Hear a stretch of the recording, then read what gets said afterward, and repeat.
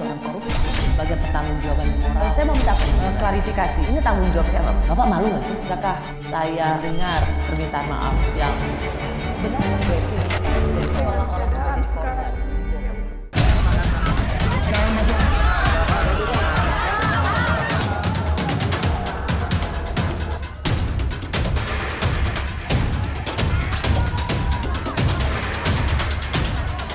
Ya, saya belum tahu maksudnya apa kok perubahan itu terjadi. Tentu kita menyesal itu terjadi, tidak seperti 5 tahun yang lalu. Ya kita kan ngikut aturan KPU juga. Kan saya juga nggak tahu update-nya di sana seperti apa. Kita ngikut aja kok ya. Sama aja. Nggak ada yang menguntungkan siapa-siapa kok. Nggak apa-apa, itu urusan KPU. Saya disuruh debat, disetujui, disuruh lomba menggoreng martabak. KPU berupaya meredam kegaduhan format debat Pilpres yang berubah-ubah. Meski keputusan akhirnya, Capres dan Cawapres tetap akan selalu berdampingan dalam seluruh debat. Namun, Capres-Cawapres pendamping tidak berhak bicara dalam debat. Jadi didampingi, kalau yang bicara Capres ya, Cawapres ikut mendampingi, kalau yang bicara Cawapres, Capresnya mendampingi. Yang bicara adalah saat debat Capres ya, Capres yang bicara. Saat debat Cawapres yang bicara yaitu adalah Cawapres.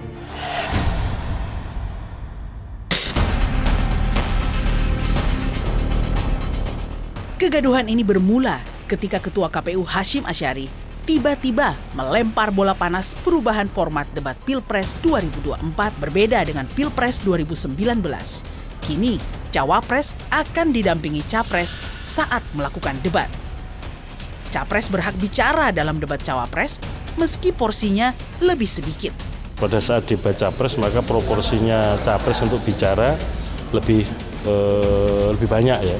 Ketika debat Cawapres maka proporsinya Cawapres juga yang lebih banyak. Mengapa dua-duanya harus hadir? Ini juga untuk menunjukkan kepada publik bahwa beliau berdua masing-masing pasangan calon kan teamwork.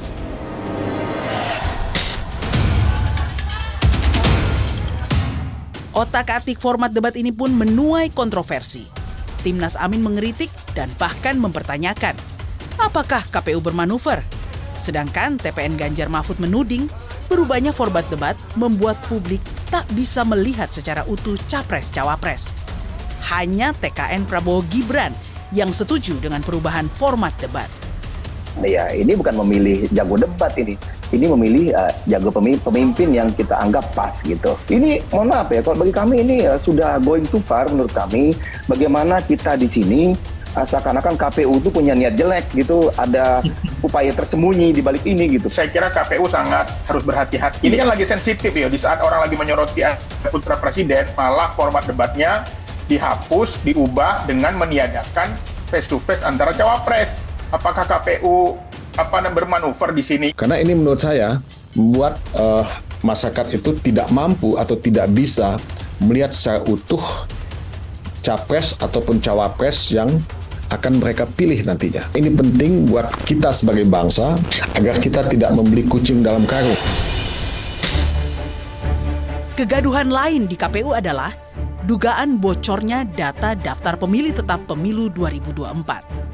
Dugaan kebocoran muncul setelah akun Jimbo menjual 252 juta database pemilih 2024 yang diklaim berasal dari situs KPU. Data tersebut dijual 1,1 miliar rupiah di forum daring Bridge Forum. Kalau yang dapat saya analisis gitu, ini adalah benar-benar data DPT ya. Artinya masih ada celah keamanan gitu yang nanti di tahun 2024 bisa digunakan orang untuk masuk, hacker untuk masuk, untuk mengacak-ngacak hasil perhitungan pemilu. Saat ini memang gugus tugas keamanan siber KPU sedang melakukan penelaahan terhadap hal tersebut. Ya, selama ini sih memang website kami bisa terkategori tangguh. Ada ribuan serangan, ada ratusan serangan setiap hari. KPU juga kerap disorot terkait langkah-langkah yang memunculkan kontroversi. Di antaranya saat Bawaslu menyatakan KPU melanggar administrasi pemilu karena mengabaikan keterwakilan 30% caleg perempuan di parpol. Selain itu, KPU terbukti teledor dengan keputusan MA yang mematahkan peraturan KPU tentang mempercepat daftar caleg mantan koruptor.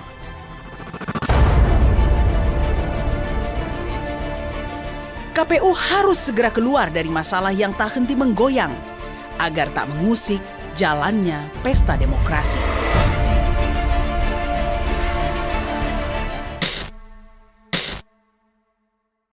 Saya sudah bersama orang yang paling bertanggung jawab atas kegaduhan di KPU akhir-akhir ini. Ia adalah Ketua Komisi Pemilihan Umum Bapak Hashim Ashari. Pak Hashim, terima kasih di tengah waktu kesibukan menyempatkan waktu di Rosi. Terima kasih. Terima kasih, Rosi. Pak Hashim, KPU ini dalam beberapa bulan selalu mendapat sorotan karena dianggap kontroversi. Sampai hari-hari ini terakhir, mulai dari kontroversi soal respon masalah-masalah yang prinsip sampai masalah yang dianggap sepele yaitu debat capres. Pak Hashim, di bawah kepemimpinan Anda, sebenarnya Anda bisa nggak sih KPU ini memberikan satu jaminan bahwa KPU ini bisa kerja dengan benar? Saya sebagai Ketua KPU tidak bekerja sendiri. Kami satu tim, 7 orang anggota KPU dan juga dengan dukungan supporting staff, supporting system dari kesekjenan KPU. Tentu sudah menjadi komitmen kami sejak awal ketika diberikan amanah untuk memimpin penyelenggaraan pemilu 2024, kami bekerja semaksimal mungkin. Dan ukuran yang kami gunakan adalah yang paling penting, pegangan terhadap ketentuan yang diatur di Undang-Undang Pemilu. Itu pada prinsipnya yang kita upayakan. Ya. Maaf Pak Hashim, pertanyaan saya awal ini untuk sebenarnya bagian dari keraguan publik terhadap KPU. Nah, hal yang paling simpel saja soal debat. Dalam berkali-kali kita mendengar debat capres dari 2004 sampai 2024 itu nggak pernah sampai heboh soal debat capres gitu. Pertanyaan awal saya pada Anda soal debat ini. Memang KPU, terutama Ketua KPU ini sedang melindungi paslon tertentu ya? Saya bekerja dan KPU bekerja menurut undang-undang. Kalau kita baca undang-undang pemilu, rumusan yang digunakan kan debat pasangan calon. Dan kemudian di dalam penjelasannya, debat ini salah satu metode kampanye ya untuk pemilu presiden. Kemudian di dalam penjelasan ditentukan bahwa kesempatan untuk debat itu 5 kali. Betul. Dengan komposisi 3 kali debat calon presiden dan 2 kali debat calon wakil presiden. Iya. Dan kami memang mendesain itu, bisa dicek di peraturan KPU tentang penyelenggaraan kampanye. Dan kita tidak keluar dari yang ditentukan itu. Dan kalau kita cek misalkan perbandingannya dengan pemilu 2019, cawapres cuma tampil sekali dengan undang-undang yang sama. Dan kami mendesain debat cawapres 2 kali. Karena itu saya terus terang agak kaget ketika muncul media bahwa debat cawapres ditiadakan. Saya bilang, ini informasi dari mana? Padahal di internal KPU dan ketika rapat dengan tim pasangan calon 29 November yang lalu, situasinya ya memang bersepakat. Aturannya begini, debat capres kesempatannya 3 kali dan debat cawapres 2 kali. Nggak ada motif, nggak ada pikiran, nggak ada niat untuk menghapus debat cawapres. Justru kami ingin katakanlah ya mengembalikan porsi bahwa memang debat cawapres itu kesempatannya 2 kali. Ya. Pak Hashim, mungkin begini, kalau kita flashback itu ketika FGD pertama antara KPU dan masing-masing tim pasangan calon, Pak Hashim sebagai ketua KPU itu langsung bilang bahwa ya ini karena bagaimana paslon duit tunggal supaya mereka kompak. Itu ditangkap orang bahwa debat capres ini ya dua-duanya. Dan orang kan langsung berpikir ini ketua KPU ini lagi mau melindungi pasangan calon presiden dan wakil presiden, terutama ingin melindungi wakil presiden supaya tidak tampil debat sendirian gitu. Ini Anda harus klarifikasi. Memang Anda sedang melindungi calon wakil presiden Mas Gibran supaya tidak berhadapan dengan Caimin dan Pak Mahfud? Kepikiran aja enggak, apalagi punya niat ya. Dan yang ingin saya tanyakan, orang-orang dari tim pasangan calon yang ikut hadir dalam rapat, saya cek satu persatu media nggak ada yang bicara tentang itu. Ini karena ada yang menulis berita bahwa seolah-olah debat cawapres ditiadakan. Padahal yang kami maksud adalah yang namanya debat pasangan calon kan tampil berdua pasangan calon. Bahwa kemudian saat debat capres yang bicara capres, kemudian debat cawapres yang bicara adalah cawapres. Harusnya itu clear dong. Nah, dan pada saat itu 29 November belum ada keputusan atau kesimpulan apa-apa. Tapi yang ditulis oleh media itu menyebut bahwa KPU sudah menetapkan. Sehingga saya bilang, dari mana menetapkan? Oh, ini masih pertemuan pertama.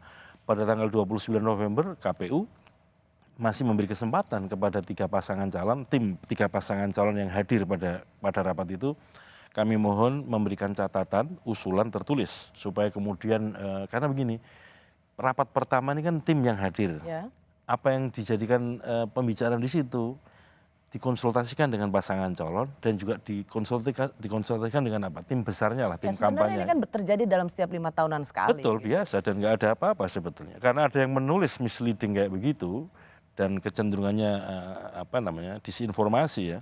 Kemudian saya sampaikan kepada teman-teman wartawan yang katakanlah yang hari-hari ngepost di KPU ini gimana ceritanya kok Ya, bisa tapi ada saya yang nulis begitu. gini Pak, soal kenapa ini menjadi salah tangkap itu tidak lepas dari kontribusi Ketua KPU Pak Hashim. Karena Betul. Pak Hashim di FGD pertama itu Bapak langsung mengatakan supaya mereka tampil kompak calon presiden dan calon wakil presiden. Kan karena itu langsung ditangkap, tidak ada yang jadi kemudian menulisnya aneh-aneh karena Ketua KPU sendiri langsung menyebut bahwa mereka tampil berdua. Betul. Tapi kan tidak ada Secara terang benderang mengatakan tidak ada debat calon wakil presiden. Tidak ada teman saya yang menyatakan bahwa tidak ada debat cawapres atau debat cawapres dihapus atau dihilangkan. Enggak ada. Saya enggak pernah menyatakan. Anda memang tidak mengatakan demikian, Betul. tapi Anda mengatakan supaya mereka tampil kompak berdua. Sebenarnya waktu itu Bapak memang mau mengubah format, tapi kemudian jadi rame atau Bapak salah feeding waktu itu? Yang saya bayangkan ya, karena memang ketentuan undang-undang ini debat pasangan calon, sehingga tampil pasangan calon. Bahwa kemudian proporsi bicaranya saat debat capres yang bicara capres, saat debat cawapres yang bicara cawapres ya. Dan itu pun tanggal 29 November masih pertemuan awal, pertemuan permulaan. Sehingga apa-apa yang jadi bahan diskusi di situ, kita minta untuk dibawa pulang dan dibicarakan dengan pasangan calon dan tim. Tim besarnya ya, tim kampanye besar. Bahkan kami minta tolong dibuat catatan tertulis supaya apa yang disampaikan itu katakanlah termemorikan atau ada catatannya supaya bisa terkonfirmasi benar nggak mengusulkan ini, benar nggak mengusulkan ini. Jadi di antara tim pasangan calon sepanjang yang saya ingat juga nggak ada yang kemudian mengusulkan nggak ada debat cawapres itu nggak ada. Karena memang bertahun-tahun selalu ada setiap 5 tahunan sekali. Tapi gini intinya kami di KPU justru menegaskan proporsinya debat cawapres 2 kali. Gitu. Setelah kita cek dari situasi yang lalu kan debat yang khusus cawapres cuma 1 kali.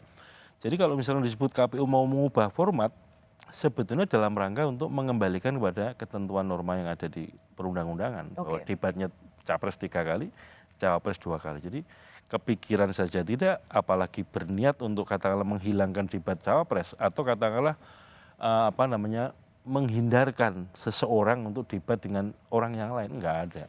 Pak Hashim kalau gitu saya mau minta klarifikasi supaya clear nih. Jadi ini tinggal 5 hari lagi loh Pak. Ini kita bicara ini sekarang tanggal 7 Desember, 5 hari lagi 12 Desember itu debat cawapres pertama. Dalam 5 kali debat, jadi biar clear. Debat capres-cawapres yang sama-sama itu berapa kali? 5 kali debat semua pasangan calon hadir. Ya. Debat pertama debat capres itu yang punya kesempatan bicara capres. Hanya capres? Capres. Tampil untuk menjawab, merespon, dan memberikan paparan capres.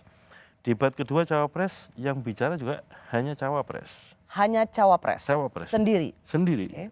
Yang bicara ya, bahwa kemudian dia tampil berdua sambil berdiskusi kan urusan mereka. Nah ini kita supaya orang clear, itu nggak usah ditambah-tambahin. Orang tuh hanya ingin dengar di podium betul, itu yang debatnya siapa. Iya, kalau saya katakan debat capres ya kesempatan bicara capres. Ya.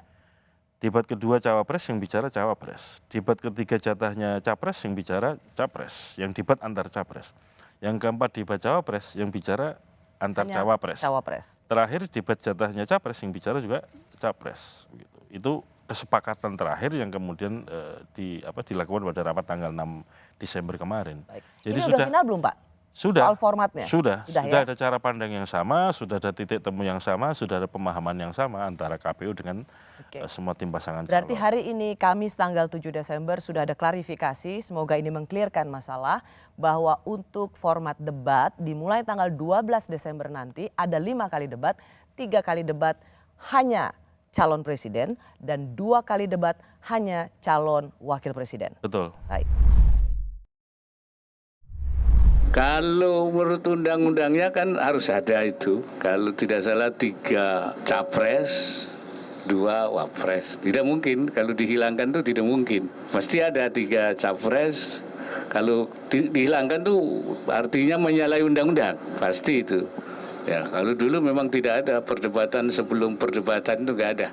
Nah sekarang ada debat karena ada isu bahwa nanti kalau itu akan didampingi. Mestinya 2 capres sendiri, 2 wapres sendiri, 1 bareng capres dengan wapres misalnya. Itu mungkin lebih elok ya. Masih bersama saya Ketua KPU Pusat periode 2022 hingga 2027 Bapak Hasyim Asyari. Pak Hasyim, tadi kita sudah dengar sampai Pak Wapres itu, Pak Ma'ruf Amin ikut bersuara karena melihat pertanyaan publik ini mau menghapus debat cawapres. Jadi wakil presiden sampai bilang saya aja debatnya sendirian, kenapa itu harus diubah? Mungkin beliau lupa kalau debat beliau waktu itu cuma sekali ya. 2019 debat yang khusus cawapres, rekamannya masih ada, berita-beritanya ada, debat cawapres yang khusus head to head antar cawapres cuma sekali. Nah oleh karena itu, karena di Undang-Undang Pemilu dan dalam peraturan KPU sebagai turunan dari Undang-Undang Pemilu menentukan bahwa 5 kali debat itu komposisinya 3 kali debat capres dan 2 kali debat cawapres, justru KPU ingin menggelar debat capres itu sebagaimana yang ditentukan dalam undang-undang. Jadi nanti kesempatan untuk debat capres 3 kali dan debat cawapres 2 kali. Artinya yang memang capres sama capres, cawapres sama cawapres komposisinya seperti itu. Pak Hasyim sudah menerangkan, mengklarifikasi di program Rosi ini soal 5 kali debat capres, 2 calon presiden saling berhadapan dan 3 debat calon presiden saling berhadapan dan 2 debat calon wakil presiden berhadapan.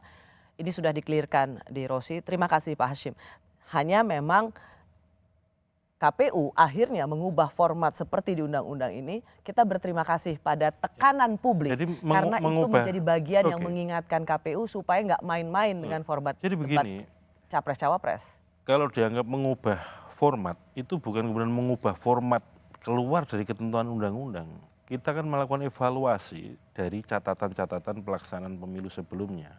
Setelah kita cek informasi data tayangan, memang situasi yang lalu 2019 debat cawapres cuma sekali. Maka kemudian kalau dianggap mengubah format itu mengubah format pemilu dari 2019 kembali ke format yang ditentukan oleh Undang-Undang Pemilu, yaitu debat capres 3 kali, debat cawapres 2 kali. Dan di PKPU tertulis begitu. Bagaimana mungkin KPU membuat PKPU kemudian kita keluar dari yang sudah kita tentukan bahwa ada debat capres 3 kali dan cawapres 2 kali. Ya, Pak Hasyim, kalau begitu supaya orang mendapat persepsi yang sama dari penjelasan Pak Hasyim, kemarin kan sudah diputuskan soal format debat. Betul. Ada pernyataan dari Pak Hasyim, tapi ada hal yang menurut saya tetap harus Pak Hasyim clearkan. Tapi saya tunjukkan dulu, kita dengarkan dulu apa penjelasan dari Ketua KPU.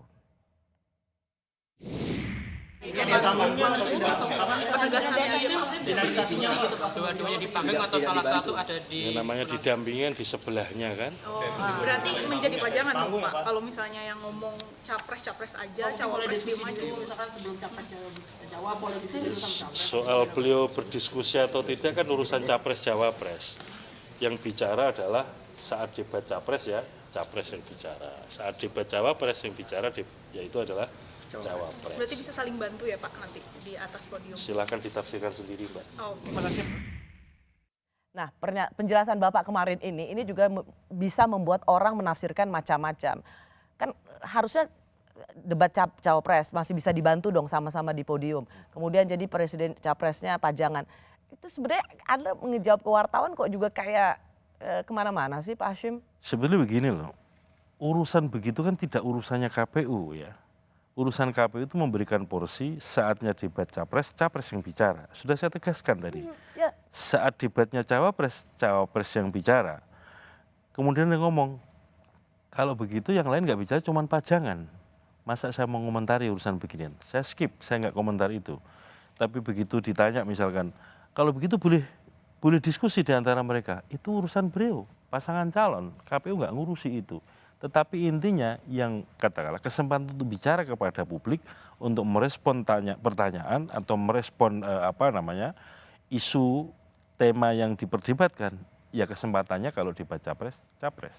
Kalau saatnya cawapres, cawapres. Poinnya di situ sebetulnya. Saya tidak. Seharusnya ini tidak menjadi polemik yang luar biasa berhari-hari, berminggu-minggu seolah-olah KPU kemudian melindungi paslon tertentu atau kemudian ingin membuat satu modifikasi dari format debat. Karena tadi Pak Hashim mengatakan ya memang paslon, tapi kan yang ingin didengar publik sebenarnya ada debat calon presiden dan ada debat calon wakil presiden. Loud and clear harusnya itu bisa dijelaskan dari awal. Sebetulnya sudah menjelaskan, tetapi sekali lagi ketika pertemuan tanggal 29 November itu kan belum sampai pada titik temu keputusan tertentu. Karena diskusi itu diskusi awal yang kemudian dalam diskusi kan pasti ada dinamika antar pasangan calon dan juga dengan antar tim pasangan calon dengan KPU. Dan ini juga kami minta ini pembicaraan di sini dibawa pulang, dibicarakan dengan pasangan calon dan juga dibicarakan tim besarnya supaya apa? Kemudian cara pandang yang relatif sama ketika nanti pertemuan berikutnya dibahas. Dan sebelum pertemuan berikutnya kan sudah ada catatan tertulis dari masing-masing pasangan calon. Kalau saya secara pribadi begini ya, kalau ada orang mengatakan bahwa ini nggak seperti pemilu-pemilu sebelumnya, urusan debat capres saja diperdebatkan. Ya kok jadi kayak begini? Kalau saya mengambil hikmahnya, justru sekarang orang menjadi aware, menjadi perhatian terhadap masing-masing tahapan pemilu, termasuk ketika mau debat. Dan ya hikmah itu kalau bahasa Inggrisnya kan blessing in disguise ya. Lalu kita bisa tahu publik arahnya seperti ini. Publik ingin menjaga KPU itu bekerja on the track sesuai dengan peraturan perundang-undangan. Bahwa kemudian ada diskusi, kalau saya bersyukur orang memperdebatkan ini panjang lebar. Ya, tapi hati-hati Pak Ketua, hati-hati.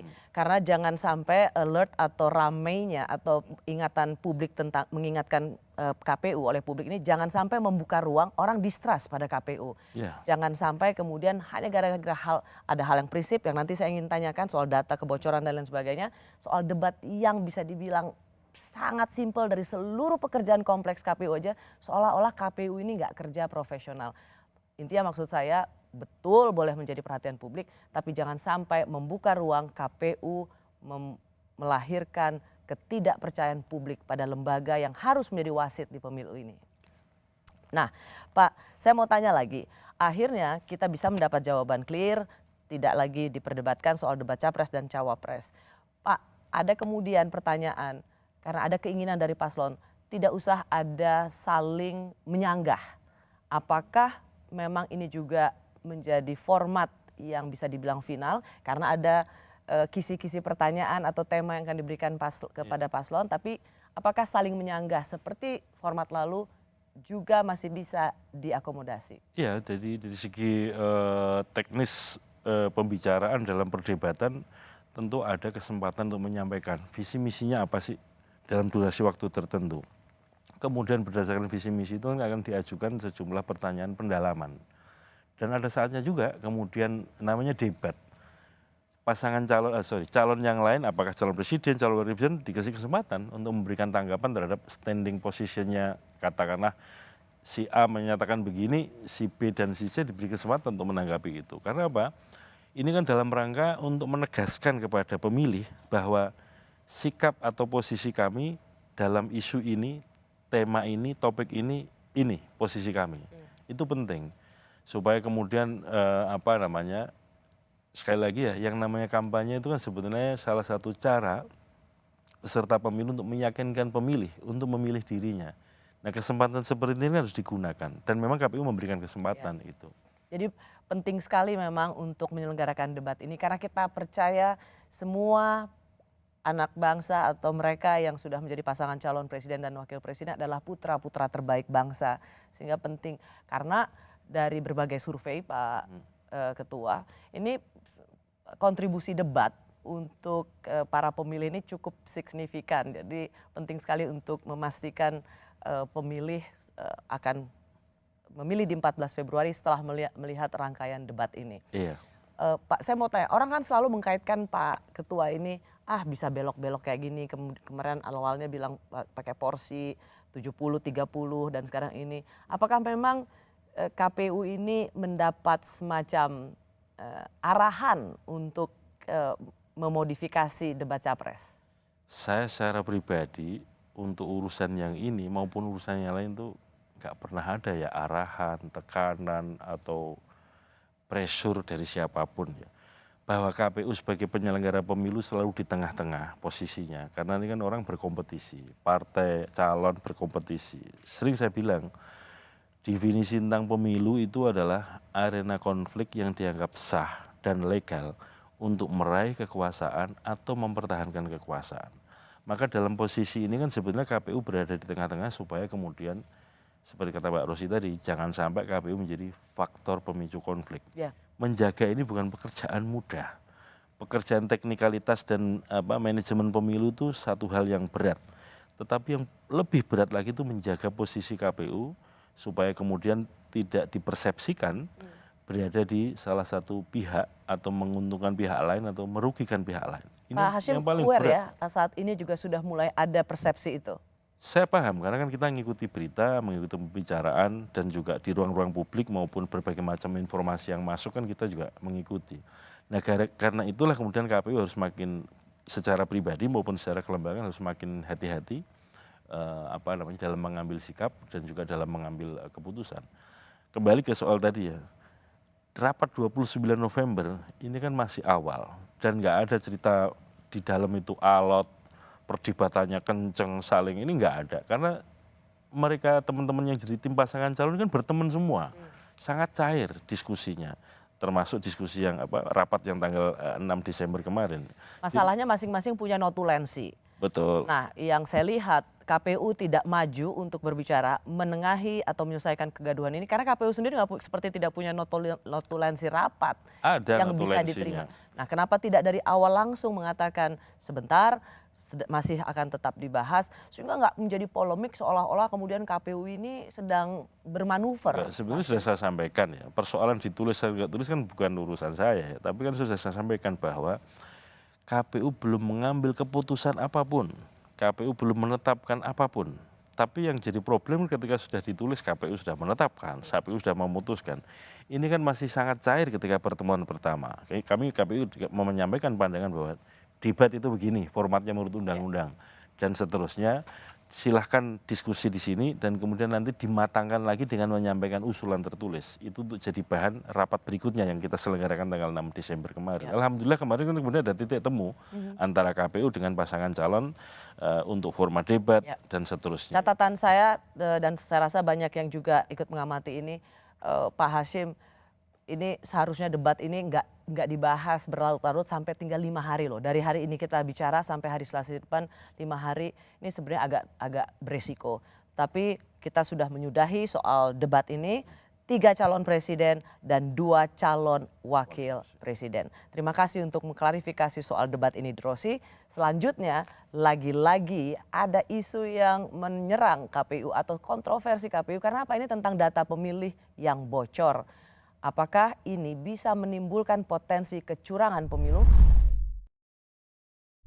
Kertas lagi, 204 juta data pemilih tetap pemilu 2024 bocor.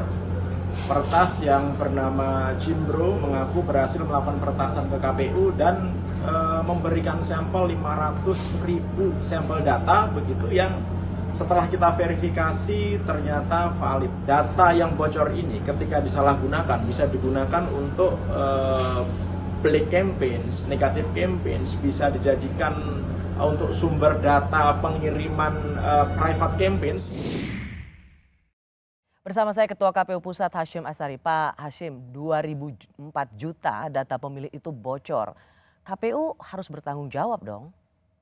Iya, pertama kali kami mendapatkan informasi itu melalui media ya.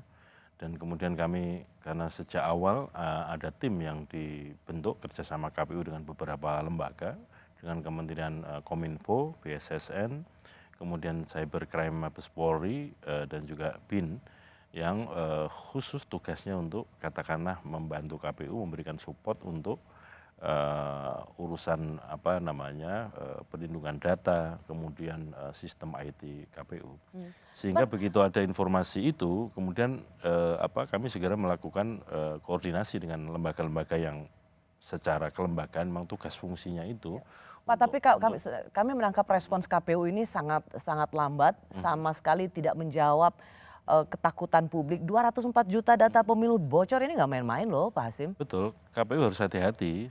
Maksud saya hati-hati begini, karena yang punya tugas fungsi, punya keahlian secara kelembagaan, lembaga-lembaga yang saya sebutkan tadi, kemudian kami minta tolong untuk memastikan, untuk menelusuri situasinya sesungguhnya seperti apa. Kalau sudah ketahuan situasinya, kemudian kami minta rekomendasi apa yang harus dilakukan oleh KPU. Nah ini dalam pekan ini hasil yang dilakukan oleh lembaga-lembaga tadi sudah diterima oleh KPU dan nanti dalam waktu dekat kita bahas untuk mengambil keputusan tentang bagaimana menyikapi ini. Itu satu hal ya. Ya, dalam kurun waktu masa setahun ini udah 2 kali ada Bjork 2022 ada Bjorka, kemudian ada Jumbo ini nggak main-main Pak. Ya. Dan kalau tadi misalnya komisioner KPU masih mempertanyakan apakah betul ini dari situs KPU, data yang keluar ini itu sama persis, nama, nik, paspor, daerah, tempat TPS. Ya iya, ini data pemilih Pak, jadi tidak bisa lagi dipertanyakan dan ini data pemilih KPU pusat. Dalam waktu dekat ini, di pekan ini kita mengambil keputusan tentang setelah mengetahui situasi yang sesungguhnya seperti apa, penyebabnya apa dan seterusnya, lalu apa sikap KPU terhadap ini? Ini yang paling penting ini. Kalau gitu apa? Apa penyebabnya dan bagaimana penyelesaian KPU soal ini? Apakah sudah ada di tangan Pak Ketua saat ini? Data atau informasi sudah, cuman kan kita harus bahas dulu untuk membuat langkah menghadapi situasi yang sudah ditemukan ini. Saya belum bisa mengatakan sekarang ya, karena nanti begitu memastikan itu, apa langkahnya kan ada ketentuan perundang-undangan dan segala macam supaya kami ketika melangkah itu tidak katakanlah tidak salah langkah, itu yang paling penting. Ya, tapi ini membuka ruang sekali lagi bahwa data pemilih yang ada di server KPU itu dengan mudah diambil dan ini memiliki potensi membuat hasil pemilu curang atau tidak sesuai hasil perhitungan rekapitulasi manual di lapangan. Jadi kalau soal data pemilih ya, di Undang-Undang Pemilu itu ditentukan bahwa ketika KPU Kabupaten Kota menetapkan daftar pemilih sementara, itu ada kewajiban KPU menyampaikan data ini kepada berbagai macam pihak, di antaranya peserta pemilu ya. Jadi semua peserta pemilu di semua tingkatan kabupaten kota diberikan ini. Ketika kemudian rekap di KPU provinsi juga diberikan atau disampaikan data ini kepada peserta pemilu. Dan ketika rekap nasional, data ini juga disampaikan kepada peserta pemilu. Demikian juga ketika sudah penetapan daftar pemilih tetap. Itu ada juga kewajiban KPU menyampaikan ini. Sehingga dengan begitu, sesungguhnya yang pegang data ini itu banyak pihak. Dan bisa dijadikan alat kontrol tentang kalau misalkan banyak pihak siapa yang memilih data, yang memiliki data yang memegang data ini, semua partai politik peserta pemilu pegang data ini. Bawaslu juga pegang data ini. Ya, tetapi apa yang keluar atau bocor ini adalah yang sangat lengkap. Kalau misalnya partai politik itu masih ada yang bisa dibilang. Bukan. Maksud saya begini, dengan banyak pihak memegang itu, ini kan bisa sama-sama mengontrol ya bahwa apa data yang disampaikan tadi bocor itu kemudian akan digunakan untuk apa. Itu bisa dikontrol bersama-sama.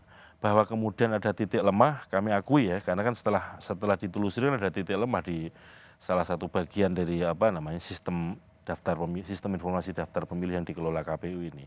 Tapi ingin saya katakan bahwa semua ini bisa dikontrol oleh banyak pihak. Ketersediaan data pemilih dan kemudian validitas data pemilih ini. Ya, betul itu bisa dikontrol banyak pihak. Tapi ini punya potensi bagaimana legitimasi perhitungan suara oleh KPU itu bisa dipertanyakan. Sebagai contoh misalnya Pak Hashim, kita akan dengarkan bagaimana respons para calon wakil presiden maupun para paslon ini melihat apa yang terjadi soal kebocoran data. Ini tentang ratusan juta data pemilih yang bocor. Ini dia. Ya, ini menunjukkan keteledoran. Kita harus kontrol terus KPU, bantu KPU, sukseskan pemilu. Karena ini menunjukkan bahwa ada upaya sistematis yang akan mengganggu pemilu.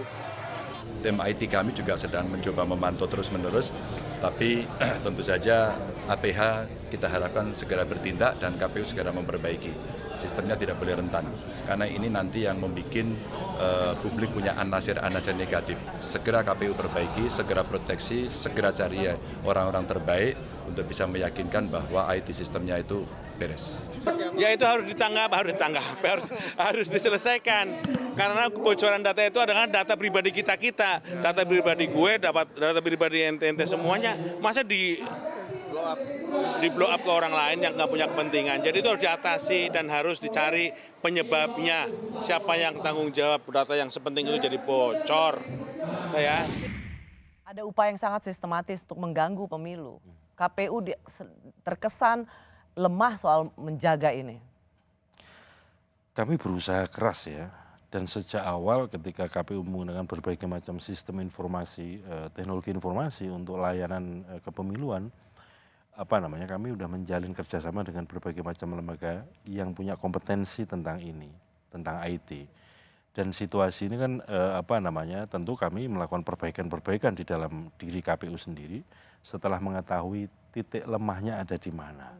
Dan tentu kami nggak bisa sendirian, kami minta tolong kepada berbagai macam lembaga yang punya kompetensi soal ini. Ya Pak Hashim, termasuk, maaf ya, kok kayak lama banget, ini udah dari mulai peristiwa ini terjadi, ini saat kita bicara saat ini udah hampir 3 minggu loh. Ratusan juta data pemilih bocor, kita belum mendengar penjelasan resmi dari KPU tentang apa yang terjadi. Ya. Karena kami juga mendapatkan informasi hasil penelusuran juga baru-baru saja. Kok lama banget? Ya kan menelusuri kan nggak kemudian di luar kemampuan KPU ya. Ada lembaga yang menelusuri ini. Kami mendapatkan informasi resminya, surat yang kami terima kan juga baru 1-2 hari ini. Ini kan juga kami harus hati-hati menanggapi ini. Dan setelah mendapatkan surat ini, mendapatkan hasil kajiannya, kita harus rapat dulu dengan tim di internal KPU maupun dengan lembaga-lembaga yang punya kompetensi tentang ini. Oke lah, ada koordinasi, termasuk ada urusan penegakan hukumnya ya. Iya, tapi ini tentang data pemilih yang orang kemudian, wah berarti paling enggak 204 juta suara itu atau data pemilih itu bisa dipakai untuk memanipulasi hasil pemilu. Untuk pemilu 2024 menggunakan sistem informasi Sirekap, sistem informasi rekapitulasi hasil penghitungan suara sebagaimana yang sudah kita gunakan untuk Pilkada 2020. Itu alat bantu untuk mempercepat dan memudahkan publikasi. Dan kami tidak menampik misalkan ketika di sebuah TPS ada salah hitung, ini karena keteledoran atau karena manipulasi, itu juga pasti terkonfirmasi atau terverifikasi oleh KPU. Sehingga kemudian ada mekanisme koreksi di tingkat berikutnya. Jadi kalau urusan penghitungan suara di TPS ya, karena semua ini kan berasal dari TPS.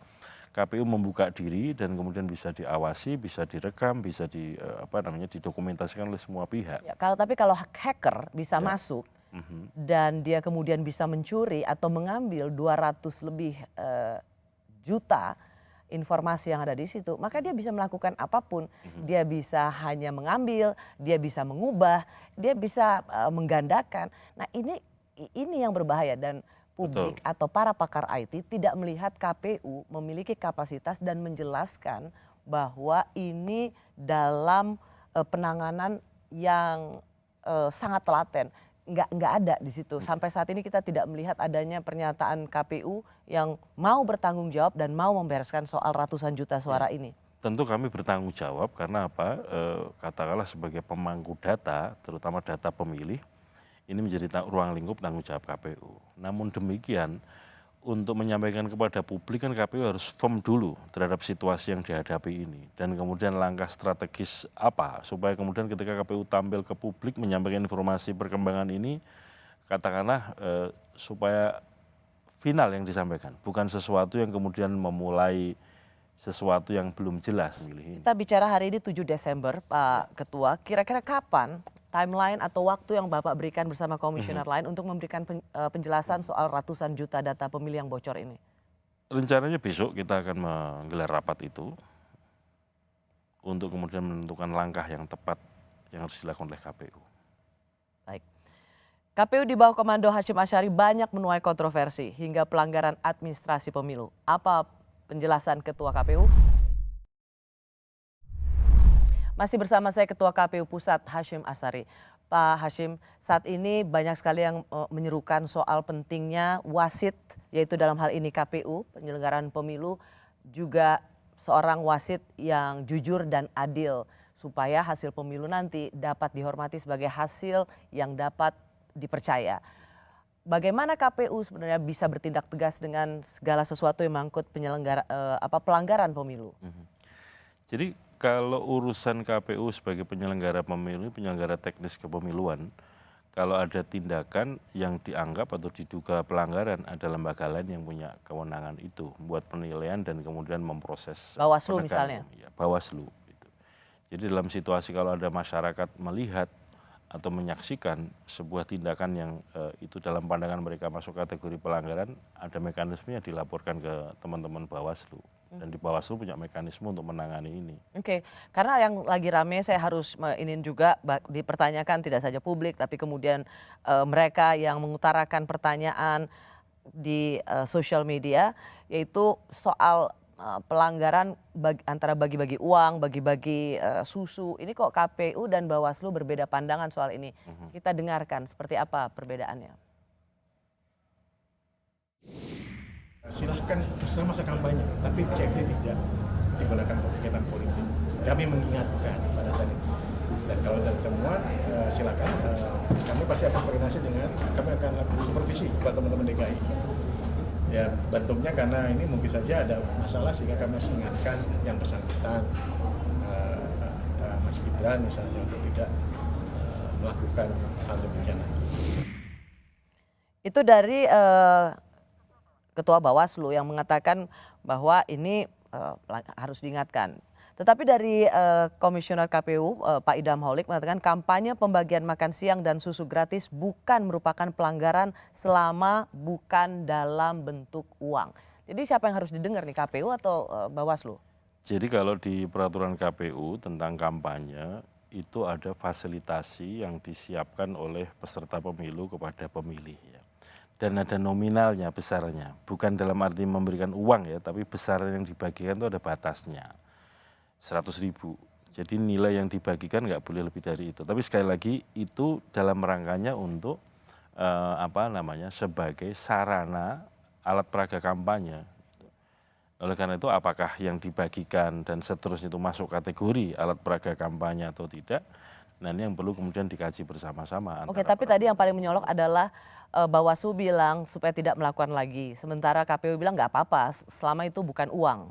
Jadi sebenarnya kalau bagi-bagi makanan di Car Free, bagi-bagi susu untuk di Car Free Day itu salah apa enggak? Sekali lagi ya, kalau ada ketentuan di peraturan KPU tentang kampanye itu, kalau itu dalam rangkanya untuk apa istilahnya ya, menyatakan istilah yang digunakan itu citra dirinya ya, itu sebagai sarana untuk kampanye, itu diperbolehkan. Tapi sekali lagi kalau memberikan sesuatu ada batasnya, batas nominalnya. Tapi Ketua, bukan uang loh yang diberikan. Anda nggak menjawab pertanyaan saya. Ya. Jadi sebenarnya supaya tidak diulang lagi, sebenarnya bagi-bagi susu di Car Free Day itu salah apa enggak? Diperbolehkan. Diperbolehkan. Artinya tidak dilarang ya. Jadi itu tidak melanggar. Dalam pandangan kami tidak. Oke, berarti beda ya antara KPU sama Bawaslu ya? Nah, kalau ini ditanyakan kepada Bawaslu. Pertanyaan terakhir saya ini sering banget KPU sama Bawaslu tidak seiring sejalan itu. Apakah relasi ini dapat mengganggu penyelenggaraan pemilu yang baik? Yang namanya norma di peraturan perundang-undangan itu sangat mungkin ditafsirkan ya. Dalam satu periode kemarin, pemilu yang sebelumnya, itu juga sering situasi ini terjadi. Maksudnya KPU sama Bawaslu nggak kompak? Betul ya. Dan kemudian seringkali dalam peristiwa-peristiwa itu terkonfirmasi apa yang jadi pandangan KPU yang dianggap benar ya. Karena itu terkonfirmasi dalam persidangan-persidangan misalkan di Mahkamah Konstitusi. Jadi soal perbedaan pendapat kami melihat memang sering terjadi itu.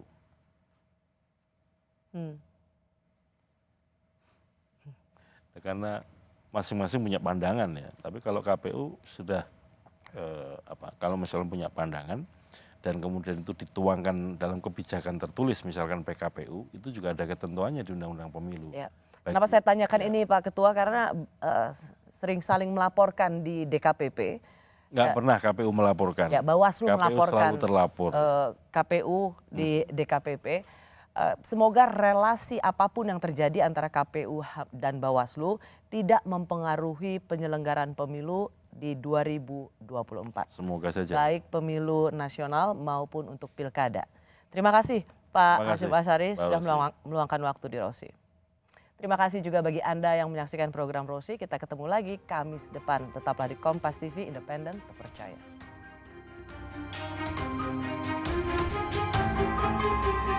Thank you.